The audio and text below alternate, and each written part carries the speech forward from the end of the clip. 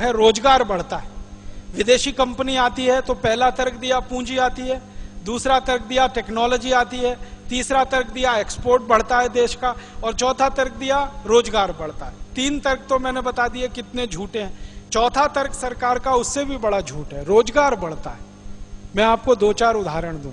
बाटा नाम की कंपनी आई, उसके पहले इस देश के हर गांव में मोची जूते बनाते थे, चप्पल बनाते थे, सुंदर जूते सुंदर चप्पल, और गांव गांव में बेचे जाते थे। करोड़ों मोची रोजगार में लगे हुए थे।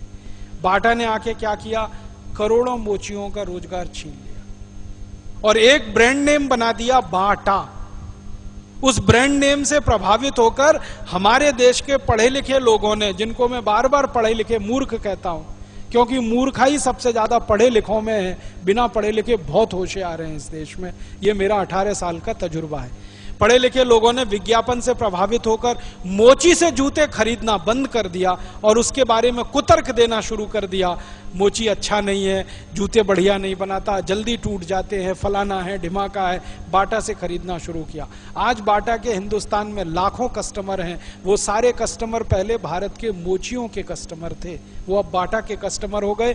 तो करोड़ों मोचियों का रोजगार खत्म कर दिया इस बाटा कंपनी। पता है, जो मोची पहले जूता बनाकर बेचते थे, अब वो जूते की रिपेयरिंग करते हैं। आपका फटा हुआ जूता सिलते हैं, पहले वो जूता बनाते थे, कारीगर थे वो इस देश के।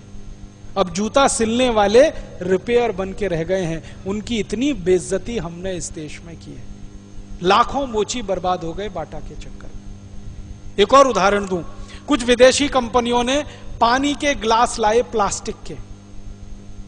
वो पानी के गिलास इस देश में आए विदेशी टेक्नोलॉजी के। उसके पहले इस देश में पानी पीने के लिए मिट्टी का कुल्हड़ बनता था, जो हमारे देश में गांव गांव में इस्तेमाल होता था, और हर गांव में 3-4 कुम्हार होते थे जो इस काम में लगे रहते थे। कोई कोई गांव में 8-10 कुम्हार होते थे। मुझे मेरे गांव का मालूम है, मेरे गांव में 4 कुम्हार थे, चारों बेकार हो गए।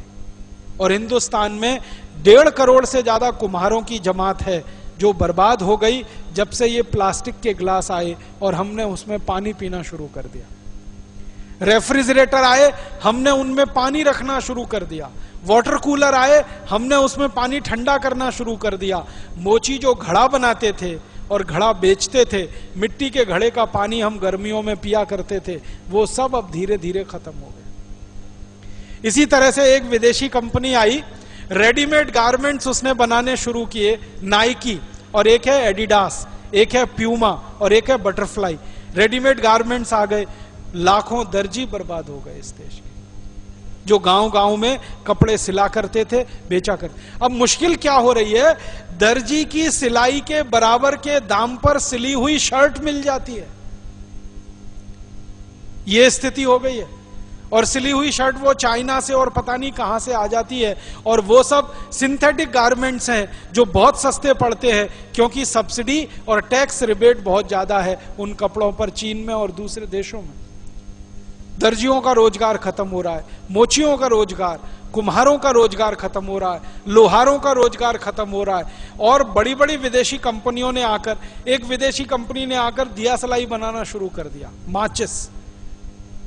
मालूम है, विम को माचिस की डिब्बी बनाना शुरू कर दिया। जो माचिस हमारे घर घर में बनती थी वो विदेशियों ने बनाना शुरू कर। कुछ विदेशी कंपनियों ने मोमबत्ती के चक्कर में अगरबत्ती बना, अगरबत्ती, मोमबत्ती।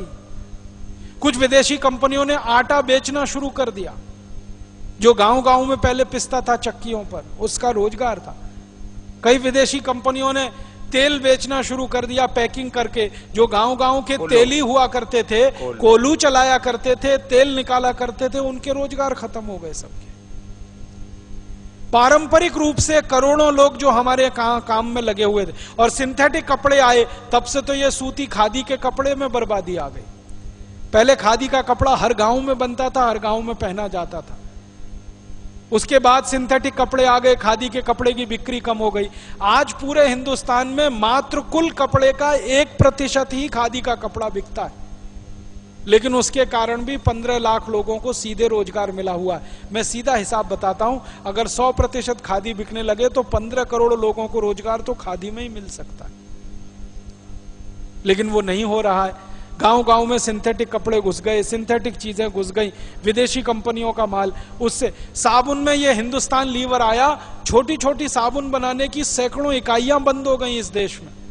मैं आपको ये मेरठ से हरिद्वार के बीच की कहानी सुनाता हूं, सॉरी मैं हरिद्वार से दिल्ली के बीच में आज से 40 साल पहले तक, 30 साल पहले तक साबुन बनाने की 6000 से ज्यादा फैक्ट्रियां थी।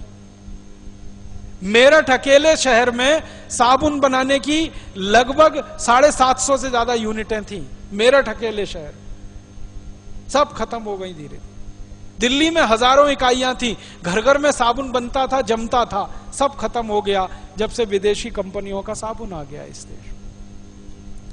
तो रोजगार बढ़ता नहीं है। वो साबुन की क्वालिटी वही है, बल्कि अच्छी थी। हाँ। लोग कहते हैं ना इनकी क्वालिटी बहुत अच्छी होती है, तो ये भी इनके क्वालिटी का बहुत बड़ा भ्रम है। लोगों को बहुत बड़ा भ्रम ये हो गया है कि विदेशी कंपनियों के माल में क्वालिटी ज्यादा है, इसलिए लोग उसे खरीदते हैं।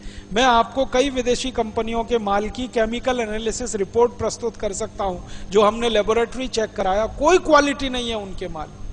घटिया से घटिया क्वालिटी का माल वो बेच रहे हैं। मैं नाम लेके बताऊं, एक अमेरिकन कंपनी है जिसका नाम है कॉलगेट पामोलिव, टूथपेस्ट बेचती है। मैं लोगों से बहुत बार पूछता हूं, आप कॉलगेट का टूथपेस्ट क्यों करते हैं? तो सब एक ही स्वर में कहते हैं इसमें क्वालिटी है। तो फिर मैं पूछता हूं अच्छा क्या क्वालिटी है? तो कहते हैं इसमें झाग बहुत बनता है। तो फिर मैं कहता हूं झाग तो रिन में भी बनता है, एरियल में भी बनता है। झाग तो शेविंग क्रीम में सबसे ज्यादा बनता है, तो शेविंग क्रीम से ही दांत साफ कर लिया करो अगर झाग ही चाहिए तुम्हें। ये पढ़े लिखे मूर्खों के उत्तर हैं। बिना पढ़ा लिखा आदमी ऐसा उत्तर नहीं देगा। जो एजुकेटेड इडियट है वो इस तरह का। और ये उत्तर मुझे पता है कहां मिला? दिल्ली यूनिवर्सिटी में मैं एक लेक्चर कर रहा था डिपार्टमेंट ऑफ मैथमेटिक्स में। वहां के एक प्रोफेसर ने उत्तर दिया कि जी कॉलगेट में बहुत अच्छी क्वालिटी है, झाग बहुत बनता है। तो मैंने कहा प्रोफेसर साहब, आप डेंटल क्रीम से दांत क्यों नहीं साफ कर लेते? शेविंग क्रीम से दांत क्यों नहीं साफ कर लेते? एरियल से दांत क्यों नहीं साफ कर लेते? सबसे ज्यादा झाग तो उसी में बनता है। तो एकदम चुप प्रोफेसर। फिर उसने मुझे कहा अच्छा आप ही बताइए क्वालिटी क्या होती है? मैंने कहा प्रोफेसर साहब, आप मैथमेटिक्स के प्रोफेसर होके अगर ये नहीं जानते कि क्वालिटी क्या होती है तो क्यों चिल्लाते हैं कि ये क्वालिटी होती है? जब मालूम ही नहीं है तो कहो ना हमको नहीं मालूम क्वालिटी क्या होती है, हम तो विज्ञापन देख के ये सामान खरीद लाते हैं। मैंने उनको समझाया कि कॉलगेट टूथपेस्ट बनता किस चीज से है, उसकी क्वालिटी क्या है, ये समझने की बात है। तो उनका हाँ बताइए। तो मैंने उनको बताया, वो मैथमेटिक्स के थे, थोड़ा केमिस्ट्री भी जानते थे। केमिस्ट्री में एक केमिकल होता है, उसका नाम है सोडियम लॉरेल सल्फेट, उससे कॉलगेट बनता है। क्योंकि सोडियम लॉरेल सल्फेट डाले बिना किसी भी टूथपेस्ट में झाग पैदा नहीं हो सकता। और सोडियम लॉरेल सल्फेट का आप देख लीजिए, आप में से थोड़े भी केमिस्ट्री पढ़े हुए लोग हैं तो केमिस्ट्री की डिक्शनरी में सोडियम लॉरेल सल्फेट देखिए, उसके सामने लिखा हुआ है पॉइजन, जहर है। 0.05 मिलीग्राम मात्रा में शरीर में चला जाए तो कैंसर कर देता है। और वो कॉलगेट में भरपूर मात्रा में मिलाया जाता है।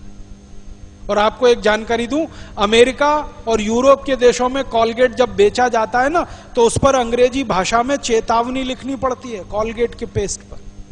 जैसे भारत में सिगरेट के पैकेट पर लिखा रहता है ना सिगरेट पीना स्वास्थ्य के लिए हानिकारक है, वैसे अमेरिका और यूरोप में कॉलगेट के डिब्बे पर लिखा रहता है कॉलगेट करना स्वास्थ्य के लिए हानिकारक। लिखते अंग्रेजी में है, मैं बताता हूं वो क्या लिखते हैं। वो 3 वाक्य लिखते हैं। पहला लिखते हैं Colgate is injurious to health, स्वास्थ्य के लिए खतरनाक है। दूसरा वाक्य लिखते हैं please keep out this Colgate from the reach of the children below 6 years, माने 6 साल से कम उम्र के बच्चे को ये पेस्ट नहीं देना। क्यों? बच्चे चाट लेते हैं उसको और उसमें कैंसर करने वाला केमिकल है, इसलिए कहते हैं बच्चों को नहीं देना ये टूथपेस्ट। फिर आगे के सेंटेंस में लिखते हैं in case of accidental injection please contact immediately poison control centre, माने गलती से किसी बच्चे ने कॉलगेट कर लिया तो तुरंत हॉस्पिटल लेके जाना उसको, इतना खतरनाक है। और तीसरा सेंटेंस लिखते हैं if you are a adult then take the paste on your brush only in pea size. मतलब क्या है? अगर आप बड़े आदमी हैं तो अपने ब्रश पर बिल्कुल थोड़ी मात्रा में, चने या मटर के दाने से आधी मात्रा में ही कॉलगेट लेना, क्योंकि कार्सिनोजेनिक है, कैंसर